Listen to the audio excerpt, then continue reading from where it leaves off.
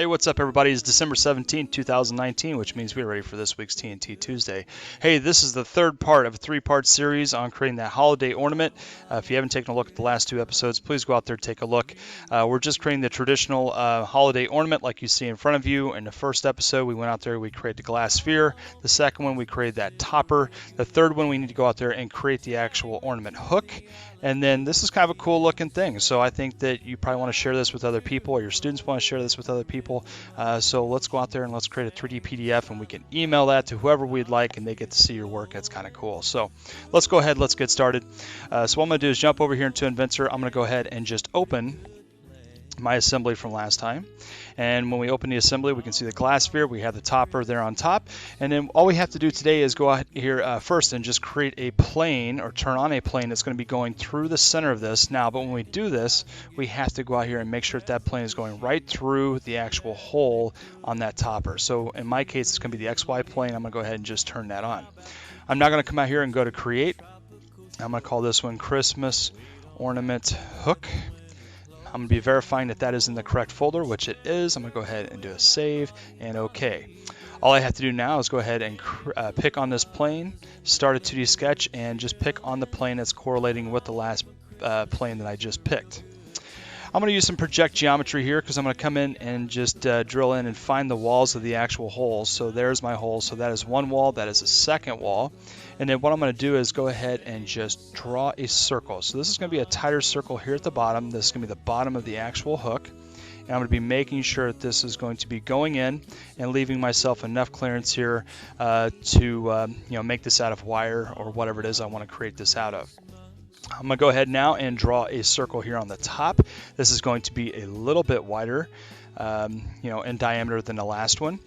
And what I'm going to do is I'm going to go ahead and just fix these, okay, using sketch constraints. And I'm also going to come out here and dimension these. I like the way that they look. I'm not even looking at the dimension. It's very conceptual, all right? But I'm going to go ahead and lock those in just like that. I'm now going to come out here and draw a line. I'm going to start the line, and it's going to extend beyond the circle on both parts because I'm going to use tangent here and grab this circle and this line, and then grab this line and this circle, and we can see that that line is now tangent.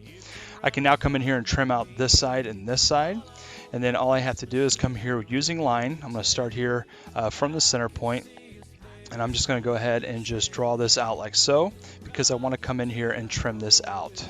All right, I no longer need that line as a border. All right, and then now what I'm going to do is just draw a line, track this over here to my quadrant. I'm going to go ahead and just bring this down just a little bit. All right, and now all I'm going to do is come out here and trim this. All right, so we have the profile of the hook that I'm looking for, so I'm going to go ahead and just finish the sketch. I'm now going to come here to plane. I'm going to go ahead and just pick the very end of this actual this path, and then I'm going to go ahead and pick the path itself. All right, so I'm going to go ahead and draw on this work plane. So I'm going to start a 2D sketch. I'm going to pick on that work plane. A lot of people get very confused when this happens. All right, and Autodesk was really nice to us. They've given us these two axes here to determine where the center of that is, okay, in order to create our profile. So I'm going to come out here, go to the dead center of that. It's going to snap on, and I'm going to go ahead and just say that my diameter of my wire is 0.03. I'm going to go ahead and finish the sketch. Now all we have to do on this one is come out and go to sweep. Okay, we can see that the profile has already been selected. All we have to do now is pick the path, and we can see that that runs along the path. We say OK on that and return. All right, so that is the actual ornament hook that we're going to be creating. The one thing I left off on this is we have to go out there and apply a material to it. So I'm going to go ahead and just double click on that. Most of the ones I'm seeing are either green or silver, so I'm just going to come down here and pick on silver like so and return back to the assembly. I'm going to go ahead and shut everything off real quick so we can kind of see what we have here. All right, but that is the Christmas tree ornament. Okay, everything is there. All right, everything is where it needs to be. The only problem that you're seeing is that we can see that this is clearly just moving around. So if you'd like to go out there and just lock that down by grounding it, you could totally do that. All right, so I'm grabbing a hold of this and making sure that's grounded. Okay, but there we go. All right, we have our ornament. So I'm going to go ahead and just do a quick save on this. And now let me show you what we can do with this.